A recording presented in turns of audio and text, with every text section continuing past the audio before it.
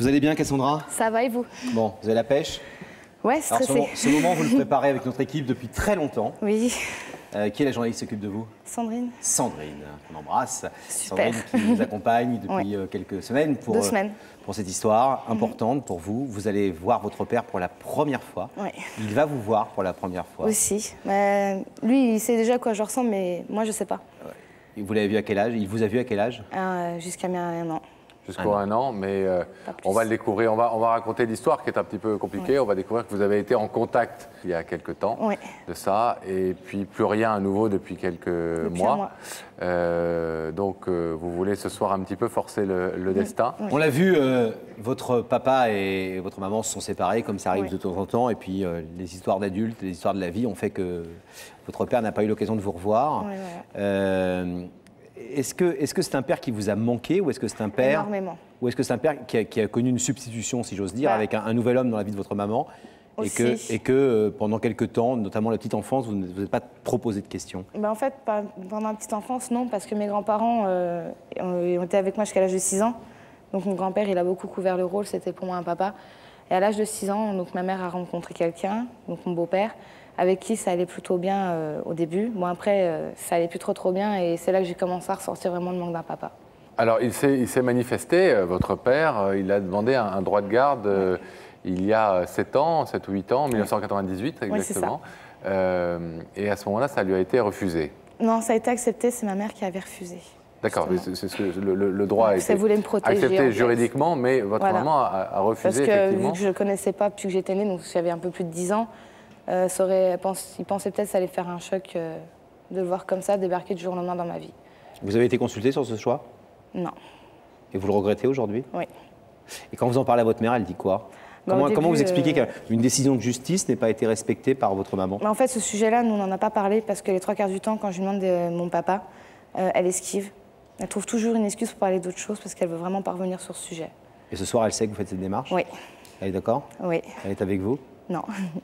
Non, elle est derrière vous, si j'ose dire. Oui, voilà, oui, elle est derrière moi, franchement, elle est vraiment contente. Soutient. Oui, quand je l'ai appelée pour lui dire, je suis allée avec Il n'y a que la vérité qui compte pour retrouver papa, elle m'a dit que c'était bien. Alors, il y a quelques temps, donc vous avez, à votre tour, fait des démarches. Il y a quelques mois de ça, pour retrouver Patrick. Quelle a été sa réaction quand vous vous êtes manifesté? Donc, en fait, j'ai envoyé une lettre il y a 4-5 mois de ça. Et donc, dès qu'il l'a reçu, apparemment, le midi même, le téléphone, il a sonné. Et tout au début, ça fait « Allô, Cassandra ?» Et moi, je fais « oui », comme si c'était un ami.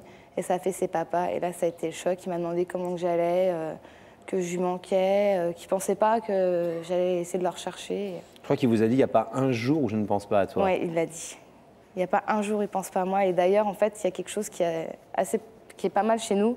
C'est que peu après qu'on soit séparés, il s'est fait tatouer un dauphin sur l'épaule, où c'est que c'est écrit pour ma fille Cassandra. Et il y a 1 an, pour mon anniversaire, on m'a offert un tatouage et j'ai fait un dauphin aussi. Donc, sans le savoir. Sans le savoir. Donc, ça incroyable. Alors, il a refait sa vie, votre papa. Il a 3 autres enfants, je crois. Il s'est marié 1 fois, il a eu 2 garçons.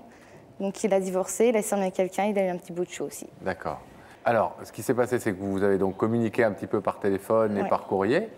Et puis, là, depuis 1 mois, donc, pas de nouvelles. Non. De sa part ou de la vôtre? De la sienne. Pourquoi? Déjà, apparemment, le bébé aurait cassé le téléphone à la maison. Donc, penal. Et je crois qu'il y a un déménagement en cours. Donc, est-ce que c'est ça qui fait qu'il met autant de temps à donner une nouvelle? Je ne sais pas. Mais je veux dire, pour moi, le téléphone, c'est bien, mais c'est pas assez. Vous habitez où? À Nancy. Et votre père? Dans le quai de la Chaîne. Alors, je ne sais pas du tout où ça se situe. C'est le nom d'un village. Dans le? C'est le quai de la Chaîne.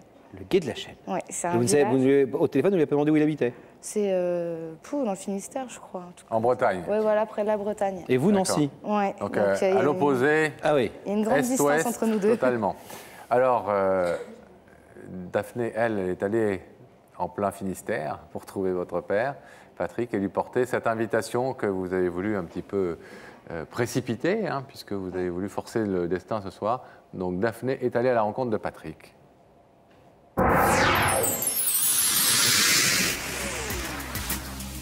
Cassandra, vous voyez cette grande route? Vous n'en voyez pas le bout, n'est-ce pas? Et pourtant, vous savez qu'elle a une fin. Eh bien, cette route, elle pourrait résumer votre relation avec votre père, un long voyage et au bout, une issue tant attendue. Aujourd'hui, Cassandra, grâce à cette invitation, vous allez enfin pouvoir arriver à destination. Ce père que vous n'avez vu qu'en photo va, je l'espère, venir faire escale sur notre plateau. Alors en route pour retrouver Patrick. Ça y est, je suis arrivée et c'est justement dans son camion que j'ai rendez-vous.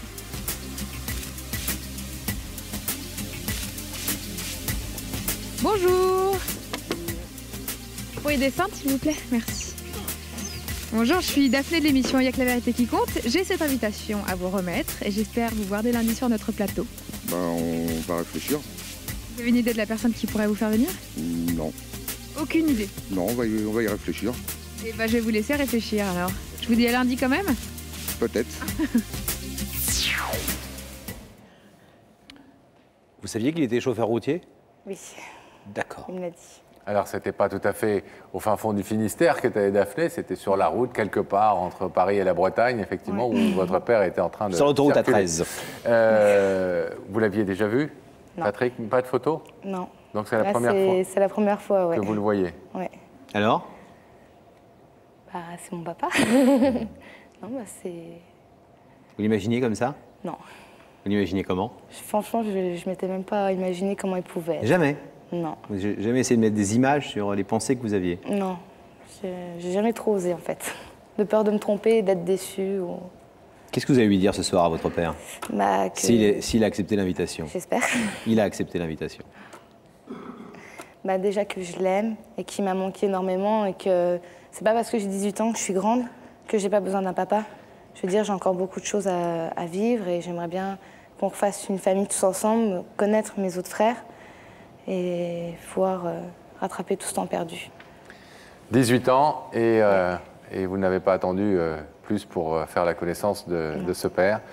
Dès que vous en avez eu la possibilité légalement et juridiquement de prendre votre vie en main, c'est ce que vous faites ce soir. On va tout de suite aller retrouver Patrick. Ok. À tout de suite.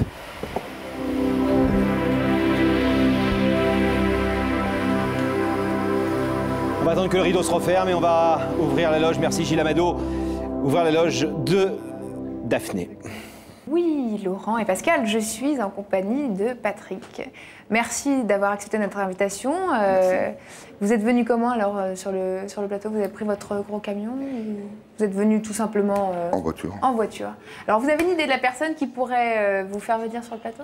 Bah, j'ai une petite idée, mais je préfère pas le dire parce que je suis pas sûr. Patrick, je vais vous proposer de rejoindre Pascal et Laurent et donc de suivre Sam et la vérité est au bout du couloir. D'accord, merci.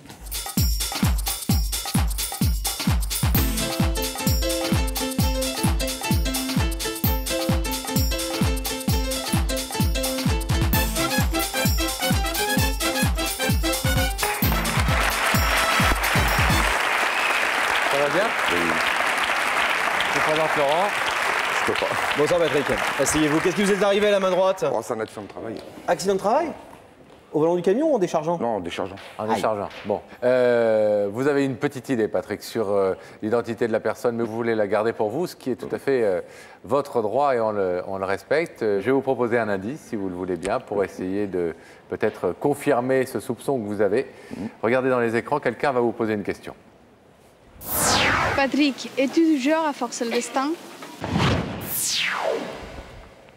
Alors, est-ce que vous êtes du genre à forcer le destin? Est-ce que vous êtes du genre à aller de l'avant et Oui.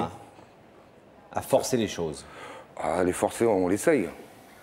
On n'y arrive pas toujours, mais on essaie toujours un peu de forcer les choses. Et est-ce que vous aimez bien quand d'autres prennent les devants et quand on vous met parfois un petit peu au pied du mur, mais pour la bonne cause? Dans ces cas-là, oui, il n'y a pas de problème. Bon. Voilà. Alors Patrick, est-ce qu'on irait ensemble, pas très loin, juste regarder dans ces écrans, voir qui se trouve de l'autre côté du plateau? D'accord. Oui? Oui. Je vous propose donc de fixer ces écrans et nous allons y faire apparaître le visage de la personne qui veut vous parler ce soir.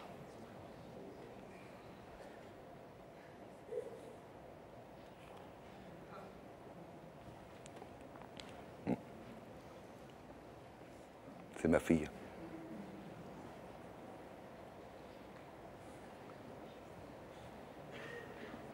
Votre fille que vous voyez pour la première fois? La En dernière vrai fois, oui, parce que la dernière fois que je l'ai vue, elle avait un an et demi. 1 an et demi, oui. Et maintenant, elle a 18 ans. Vous avez eu une photo? Oui. Elle m'a envoyé une photo. 1 an et demi. Et plus jamais ensuite? Plus jamais. avec des problèmes avec sa mère, tout ça. Donc, Est-ce que vous voulez savoir ce que votre fille Cassandra est venue vous dire ce soir, Patrick? oui. Ouais. Cassandra, vous n'avez plus 1 an et demi, vous avez 18 ans, vous êtes une femme, une jeune femme, Une belle. et vous parlez à votre papa. Bonsoir papa, Bonsoir Cassandra. ça va? Oui. Ouais. Mais en fait, je t'ai fait venir ce soir parce que je voulais des appels téléphoniques, c'est bien, mais c'est pas beaucoup non plus pour moi. Je voulais te voir, découvrir, mettre un visage sur un nom, dire que je t'aime, que tu m'as manqué pendant toutes ces années. Et la chose que j'aimerais ce soir, c'est qu'on se retrouve, qu'on refonde une famille, rattraper tout ce temps perdu, parce que j'ai peut-être 18 ans, mais dans mon cœur, je suis toujours une petite fille qui a besoin d'un papa. Que tu découvres, que moi je découvre ta vie, tes enfants, ainsi que Lydia, que toi tu découvres la mienne, parce que j'aimerais bien aussi que tu fasses connaissance de l'amour de ma vie, de mes amours de ma vie, parce que j'aimerais aussi présenter mes frères et ma sœur. Et franchement, je crois que c'est un des plus beaux cadeaux qu'on pourrait me faire au monde. J'espère.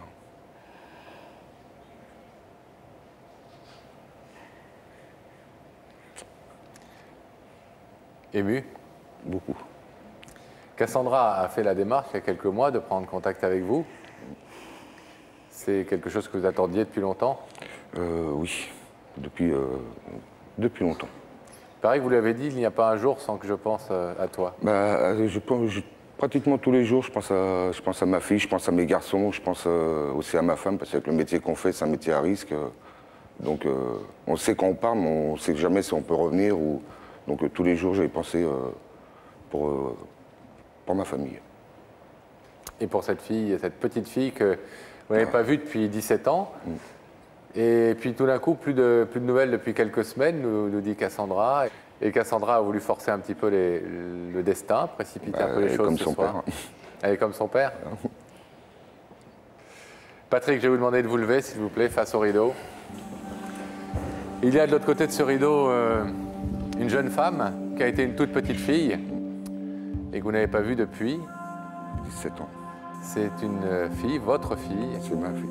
Est-ce que vous voulez enfin ce soir pouvoir la retrouver et la prendre dans vos bras? Oui. On ouvre le rideau? Oui.